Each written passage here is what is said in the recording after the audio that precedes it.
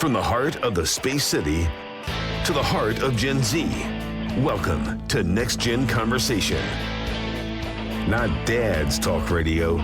Ethan talks to you about the issues and events that matter to our generation. This is the Next Gen Report with Ethan Buchanan. Hey, everybody, welcome. I'm actually really excited about this show. I've got a good feeling going on. Maybe it's because of my new light or my new light up here. I hope that improves your viewing experience if you're watching right now on X or YouTube or wherever I upload the video of this podcast. I did it for you. It cost me $200. Anyway. Yeah, so hey, welcome back to the Next Gen Report. It's a pleasure to be back with you as always. We have got a lot to talk about today. Christian Collins with the Texas Youth Summit will be joining us to talk about that event. It is just a few days away. It'll be starting this Friday evening, going through Saturday. So he'll be joining us in segment 3 to talk a little bit about that. We're excited to have him. First, let's talk a little bit about what we know about the alleged killer of Charlie Kirk. I'm going to say alleged because he has not been convicted. I think it's pretty clear just from the evidence that this is the guy, this is the culprit, but he is also innocent until proven guilty. That is our legal system. That is a legal system that I believe Charlie himself fought for. So we're going to say alleged. Before we do that, though, I want to talk a little bit about one of the experiences that I was able to have this weekend. After the show, I headed downtown from my home studio to Discovery Green in the middle of the city of Houston, where a vigil was held for Charlie Kirk. It was a great experience, had a great time, bumped into some listeners. You know who you are. Hey, hope you're listening right now. Thank you for coming and saying hi to me. I appreciate it. But I want to just show you a little bit of the images that I was able to capture there. Here's the crowd at that event. Great crowd, great showing. This event was planned only 24 hours, maybe 48 in advance, and we still were able to get, I think, probably around 1,000 people out. So that was great.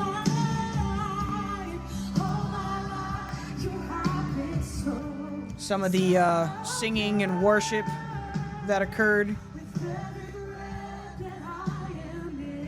That was really nice to see. Because we know how important faith was to Charlie Kirk. That's one of the biggest things he talked about. So seeing that there, I think, was a good representation of who he was. That was nice to see as well. And, of course, here's some of the signs. I saw a very good mixed crowd. A lot of different folks were there. A lot of younger folks, a lot of older folks. There was not any one particular demographic that was underrepresented at this rally. So, or not rally, vigil. But it was really good. It was a good experience. Keep your ear to the ground on things like this. And when I hear about them, I will let you know on my social media. So give me a follow on X @ Ethan Buchanan. These are a good experience almost always. I've done a couple of these different kind of political events around town, and I've really enjoyed them all. So there's that.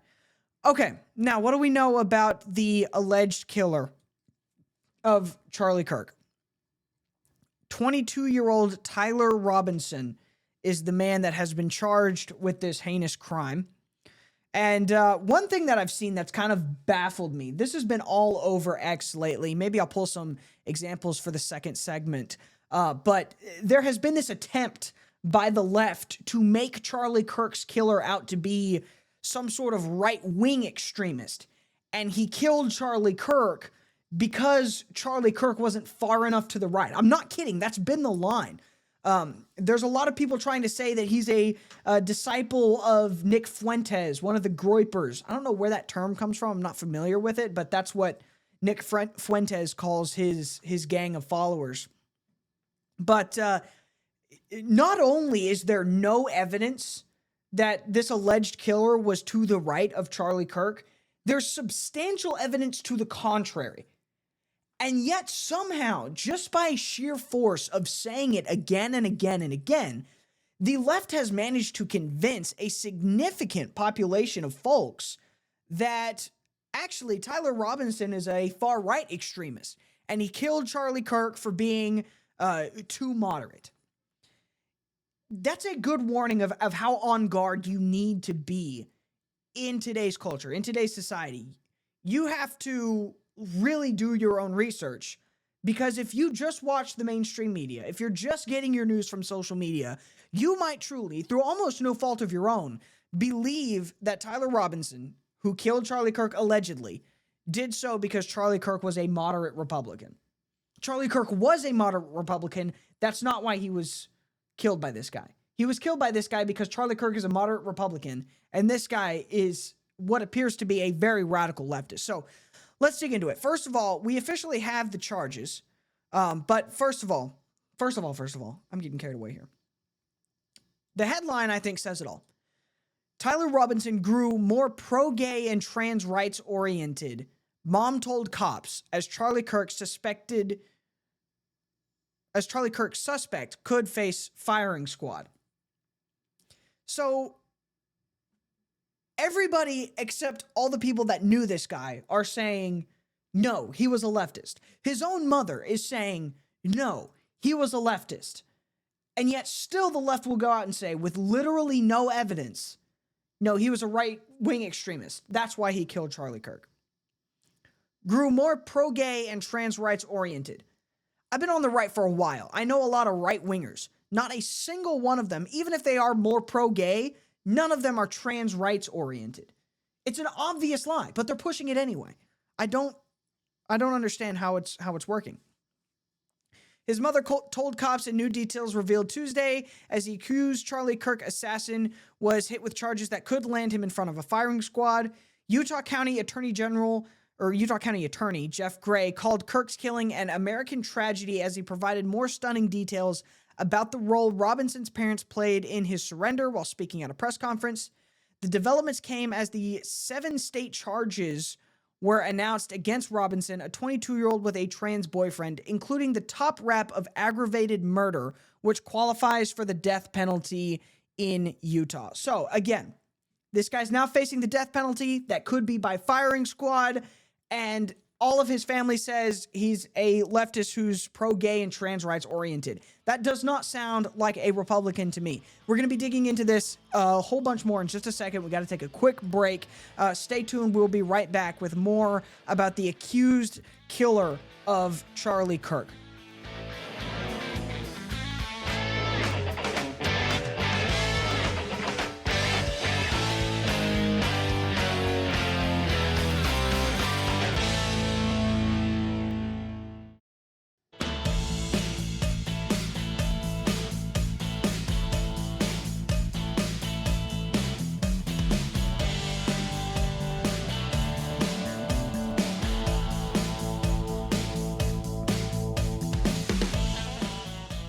Alrighty, welcome back. The Next Gen Report at _Ethan Buchanan on X. Give me a follow over there. All right, let's dig into a little bit more this Tyler Robinson character. Again, I've said this before. I'll say it again. It's worth repeating. This guy was not by any stretch of the imagination a right-winger. I don't know how that lie got so prolific with literally zero evidence, but it has. I will never understand that. That's an impressive gift that the left has that the right doesn't, to just make things up and everybody just runs with it. I don't know where they got that power. I wish we had it. But we don't. So, we now have, courtesy of the powers that be, we have a bunch of evidence regarding the immediate aftermath of the Charlie Kirk shooting. And amongst those pieces of evidence are actually a series of text messages between Tyler Robinson and Tyler Robinson's transgender boyfriend. So if I have my facts straight, which I believe I do, this character is a male. It's a man who is transgender, identifying as a woman, and Tyler Robinson is this other person's gay lover. Lance Twiggs is the name of the biological male in question, who is transgender, and one of the first things that Tyler Robinson did after killing Charlie Kirk and in the aftermath of killing Charlie Kirk, allegedly, is start texting his transgender lover. And we now have those texts. Tyler Robinson's roommate Lance Twiggs, a biological male that identified as transgender who was in a romantic relationship with Robinson, provided evidence, including a series of text messages from Robinson on September 10th, 2025. Prosecutors say Twiggs received a text message from Robinson which said, "Drop what you are doing, look under my keyboard." Twiggs looked under the keyboard and found a note that stated, "I had the opportunity to take out Charlie Kirk and I'm going to take it."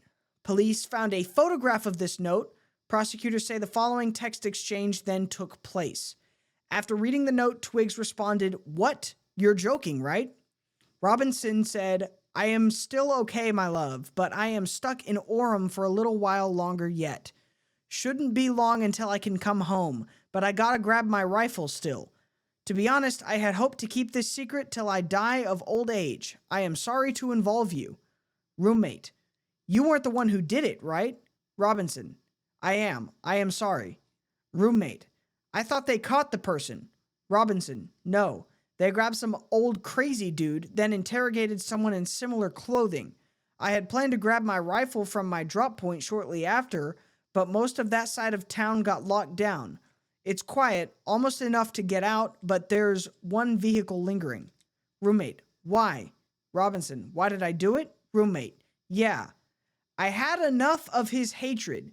Some hate can't be negotiated out." Does that sound like a right-winger to you? Does it? Does it really?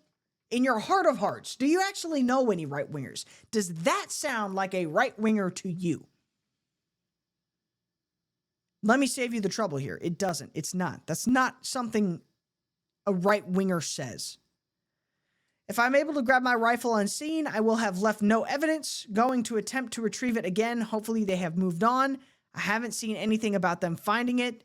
Roommate: "How long have you been planning this?" Robinson: "A bit over a week, I believe. I can get close to it, but there is a squad car parked right by it. I think they already swept that spot, but I don't want to chance it." He then said, "I'm wishing I had circled back and grabbed it as soon as I got my vehicle. I'm worried what my old man would do if I didn't bring back Grandpa's rifle." So apparently this rifle belonged to his grandfather. And this is where his concern is, by the way. He just took another person's life, allegedly. And his top concern is, oh, what is my dad going to say if I don't get my grandpa's rifle?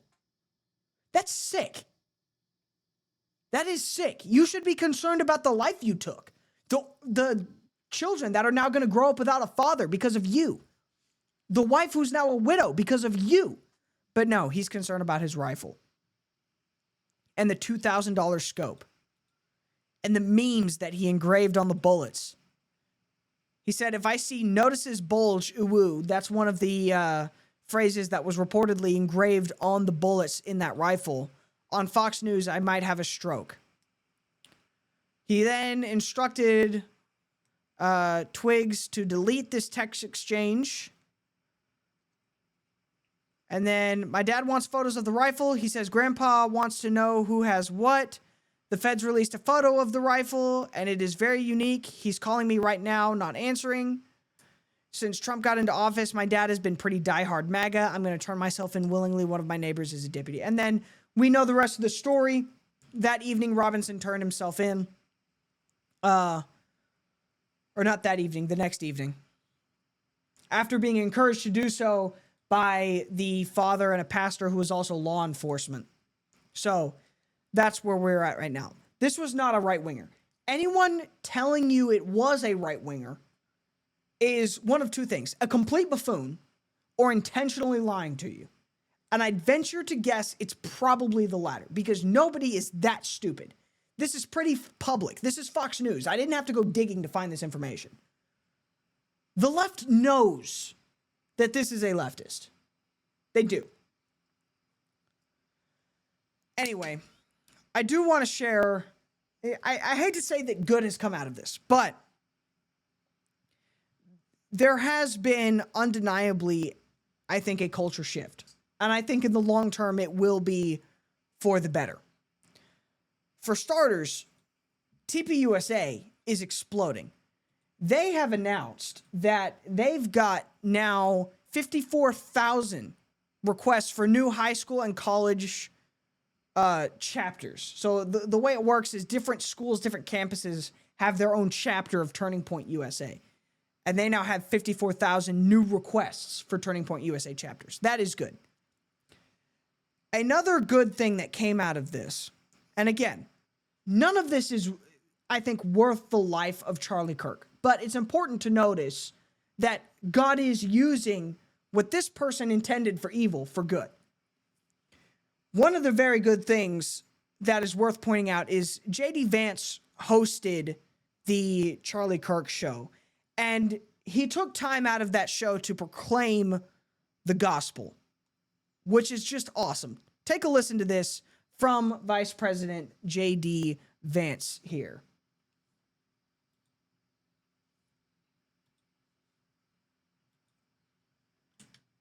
Now, the most important truth Charlie told is this, that long ago a man, begotten, not made, came down from heaven, and by the Holy Spirit was incarnate of the Virgin Mary and became man.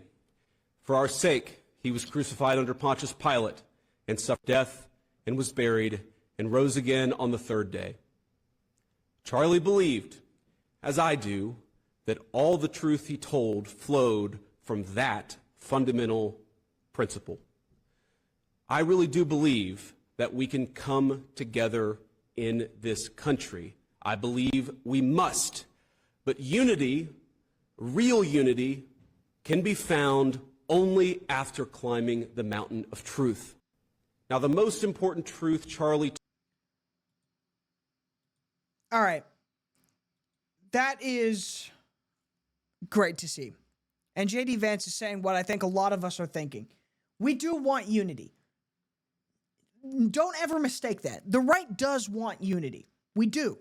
We push for it. That's what Charlie Kirk pushed for. That's what he built his reputation and his legacy doing. However, we cannot have unity with people who want us dead. And we cannot have unity with people who outright deny the truth. So let's push for truth. Let's find the truth. Let's share the truth. And then let's have unity. And I think, as J.D. Vance pointed out, one of the most important truths that Charlie Kirk pushed for is that Christ is Lord, whether you like it or not. All right, we got to take a quick break. We'll be right back with Christian Collins from the Texas Youth Summit in just a minute.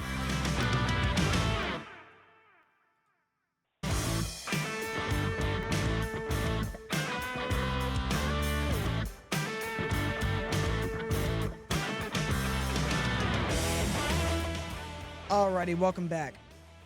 So, one of my favorite events of the year, and I truly mean this, one of my favorite events of the year is coming up this weekend. So, I want to give you a little bit of a preview, and who better to give you a preview of it than the event organizer himself. We are joined on the line by Christian Collins. He's the founder of the Texas Youth Summit. Christian, thank you for taking the time to be with me. Appreciate it. Thank you so much for having me, Ethan. I really appreciate all that you do and look forward to having you participate in the Texas Youth Summit this year. Yeah, absolutely. Can't wait. So I want to first talk with me a little bit about the guests. I've seen some big names, Governor Abbott, the Attorney General. I thought I saw who all is going to be pulling up to this thing this year.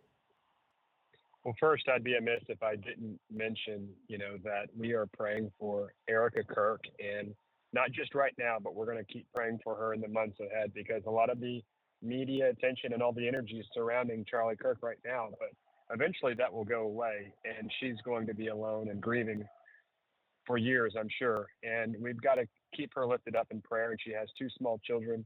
What happened to Charlie Kirk is unthinkable. It's unconscionable that he could be gunned down in front of his wife and 2 children.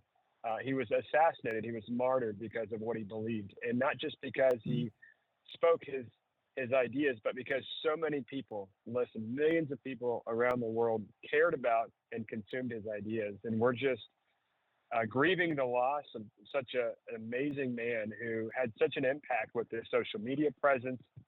He had the biggest conferences, chapters and high school and college campuses around the world. He had a huge faith arm, worked with churches. He's solely responsible, according to Larry Trump, for chasing those votes in all the swing states and really helped tip the tide of the election for President Trump. Charlie Kirk was a giant of a man. He's a genius, and his loss is immeasurable. So we're at the Texas Youth Summit going to pay tribute to him on Friday night. We're going to have a prayer and worship service where we're going to point people to Christ as Charlie would want. He always wanted people to go to church and to have faith, and that was his one thing he wanted to be known for. If he ever passed away, he said, is I want to be known for my faith. And Charlie Kirk truly is a Christian martyr. And that night, some of the people that know him the best, Friday, September 19th, this coming Friday, we're going to have Alex Clark, who is a Turning Point USA contributor. We have Allie Beth Stuckey. We have Senator Ted Cruz and a few others. And we're going to honor the life and legacy of Charlie Kirk. I'm going to encourage people to pick up his mic and keep fighting the good fight as he would want us to do. And we're not going to give in. We're not going to be wavering. And it's exciting to see the support that we've gotten in the community. I think we're going to have 2,500 to 3,000 people. It's incredible. Wow. The outpouring of support, and youth are hungry for the truth, and we're going to continue fighting for the truth. This conference is available at texasyouthsummit.com/events. And we have a lot of other speakers, as you mentioned, the next day. It's going to be very impactful. Oh, did I lose you? No, I'm still you go. here. I was just allowing you to, to have a pause there, so that way you could share some things. Or yeah, I'm super excited. I can't wait. I think what y'all are doing for the Kirk family is amazing. Yeah, I think there's going to be a lot of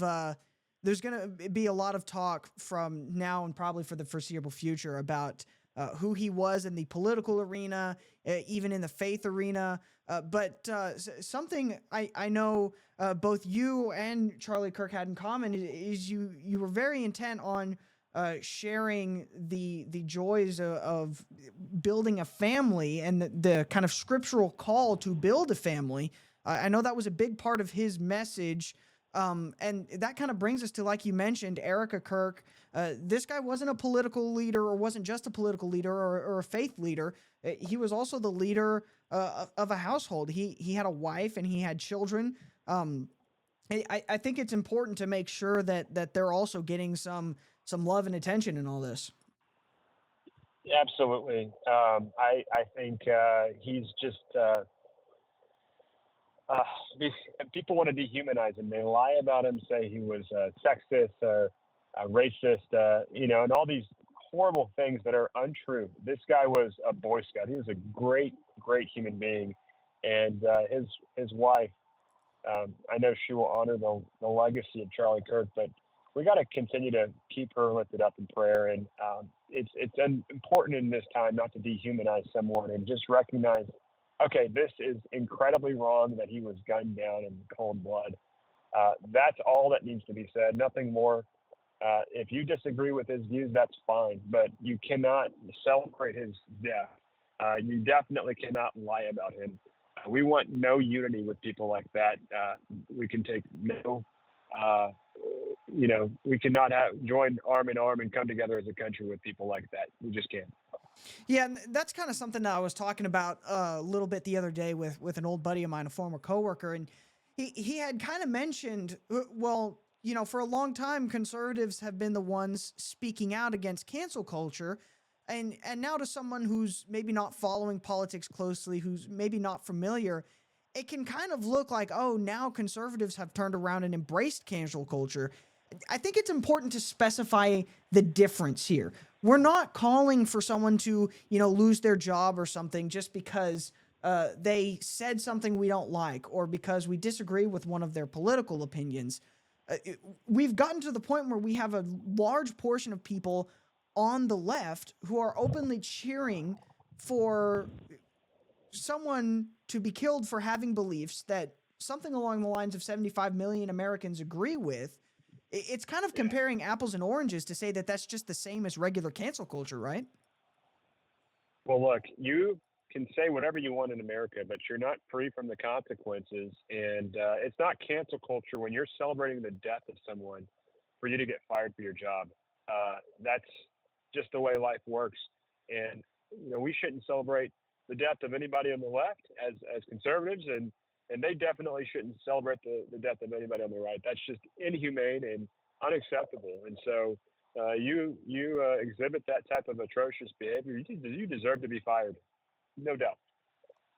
Yeah, and then again, at the end of the day, it's also kind of the right of employers. I think we've seen, to their credit, a lot of employers that are looking at what some of their employees are saying and saying, no, this does not reflect our values. We don't want to be associated with this type of person, and so we are going to remove that person from our staff.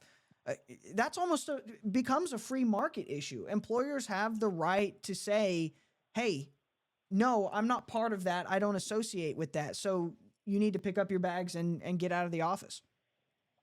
Sure. Yeah, I think that's understandable that this is happening. I think we've got to make sure that people who are lying about Charlie Kirk or celebrating his death are held accountable. And so, we can have the differences of ideas and opinions on issues, but dehumanizing people and celebrating their death is just not what an American should be doing, and that's not what America's about. Now, I will say something that's been very encouraging to me is we've seen, I think, a lot of courage on the political right after this happened. A lot of events that people would think, oh, would this be canceled? Namely, the kind of turning point events, that college tour that Charlie was kicking off when he was assassinated, and even events like the Texas Scorecard or the Texas Youth Summit. I'm sorry. A lot of people would think, okay, these might be canceled, but no, they're charging on even further. You, of course, have taken all the appropriate security measures at the Youth Summit, but you've by no means canceled it or limited it at all. Talk to me a little bit about that in these last kind of 2 minutes here. Just the courage and the confidence that we have seen from speakers and voters and everybody in between who've said, no, we're not going to cower in fear just because Charlie Kirk was assassinated. Exactly. We've got to continue fighting the good fight. And I'll be honest and say that when I first saw what happened to Charlie Kirk, and he hadn't passed away yet, but, I was just so deeply troubled by the situation. My feeling was, I don't want to do this anymore. I think a lot of people probably felt that way, but that's the opposite of what Charlie Kirk would want. He wants us to continue to be crusaders for truth and to continue to pick up his mic and keep fighting the good fight. He's a happy warrior, as Ron Ray, that does things civilly and respectfully, with love and with respect for others. He listens more than he talks. And so, he brought public discourse to the public square, and he was so good at what he did. And it's truly a tragedy that this has happened to him. And that's how we should remember him, is somebody that could communicate his ideas better, probably than anyone.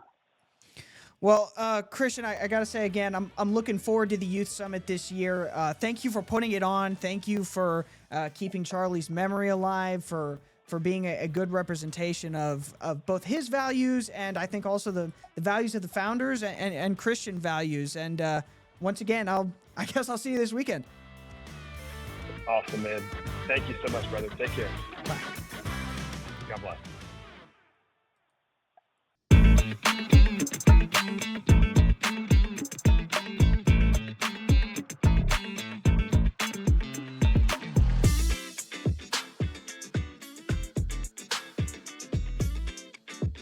Every single person in this building, we owe something to Charlie. He made you believe more in yourself. I don't know how the guy had the bandwidth. Like the sheer volume of people whose lives he touched that we're just now discovering is out of control. The president's massive gains with young Americans across the country was in no small part because of the efforts of Charlie Kirk and Turning Point USA. The thing that united us was his total commitment to free speech. He just never forgot there was a person behind the views, and that inspired me and God commands that of us. He evangelized. He was on every college campus in every part of the country, and he was broader than that. A turning point event was something you had to be at, had to pay attention to. We now have 37,000 applications to start chapters around the country. He was a joyful warrior for our country.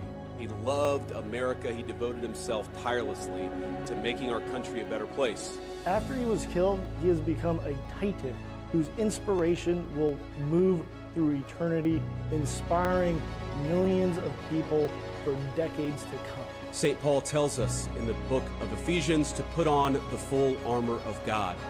Let all of us put on that armor and commit ourselves to that cause for which Charlie gave his life, to rebuild a united States of America, and to do it by telling the truth.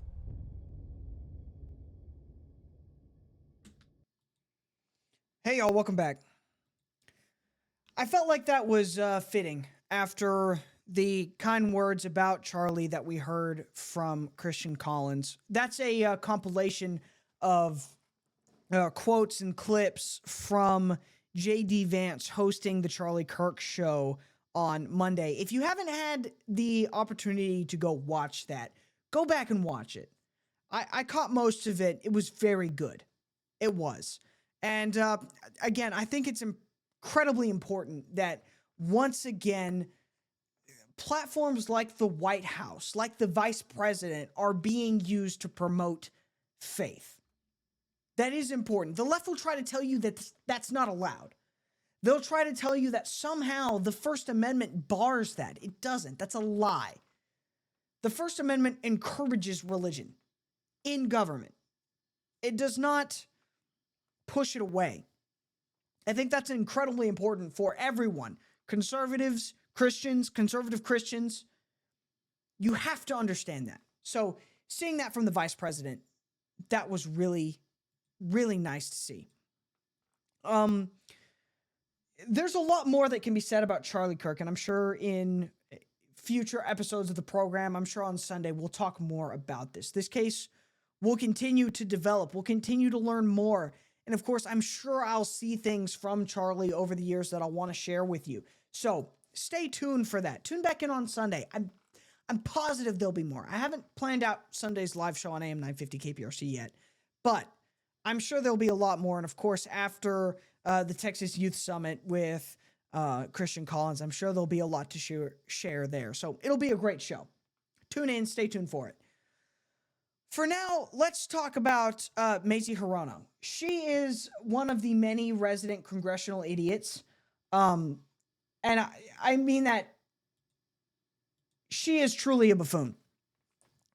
Kash Patel yesterday took to the Senate floor, and he had a lot of things to say, and the Democrats had a lot of things to say to him.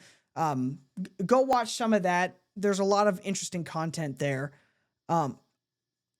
I want to point to you this specific clip just because it really goes to show you how stupid these people are.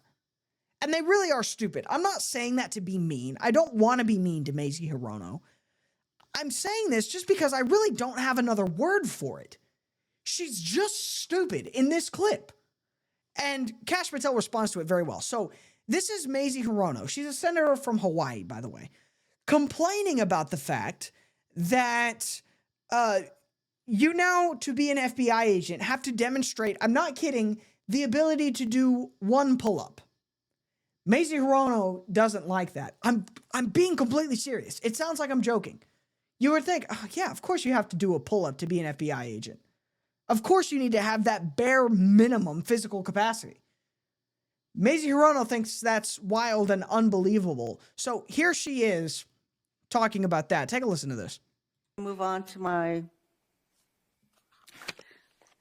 you've been asked some questions about changes to your hiring standard, and including college degrees and possibly the age. But, one question I had is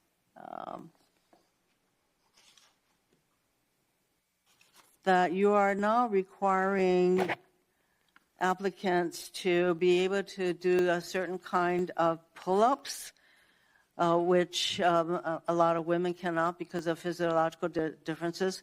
Are you requiring these kinds of pull-ups? Okay, let me stop you right there. Before we get into any further, can we at least say, thank God, somebody on the left, on the Democrat side of the aisle, is finally recognizing that there are physiological differences between men and women. At the very least, Mazie Hirono has, from that clip alone, it looks like, acknowledged the fact that men are, on average, stronger than women. That's on average. I'm working on my upper body strength right now. I think there's probably a lot of women out there, specifically in the women's sports world, that could probably out arm wrestle me, out pull up me. I'm sure that's the case. But as a general rule, men are stronger than women. Thank you, Mazie Hirono, for acknowledging that. This is exactly why we don't want men in women's sports. Again, okay, continue, Mazie Hirono. We are requiring a physical program at BFTC at Quantico because FBI agents carrying guns in the field have to chase down bad guys and do really hard work.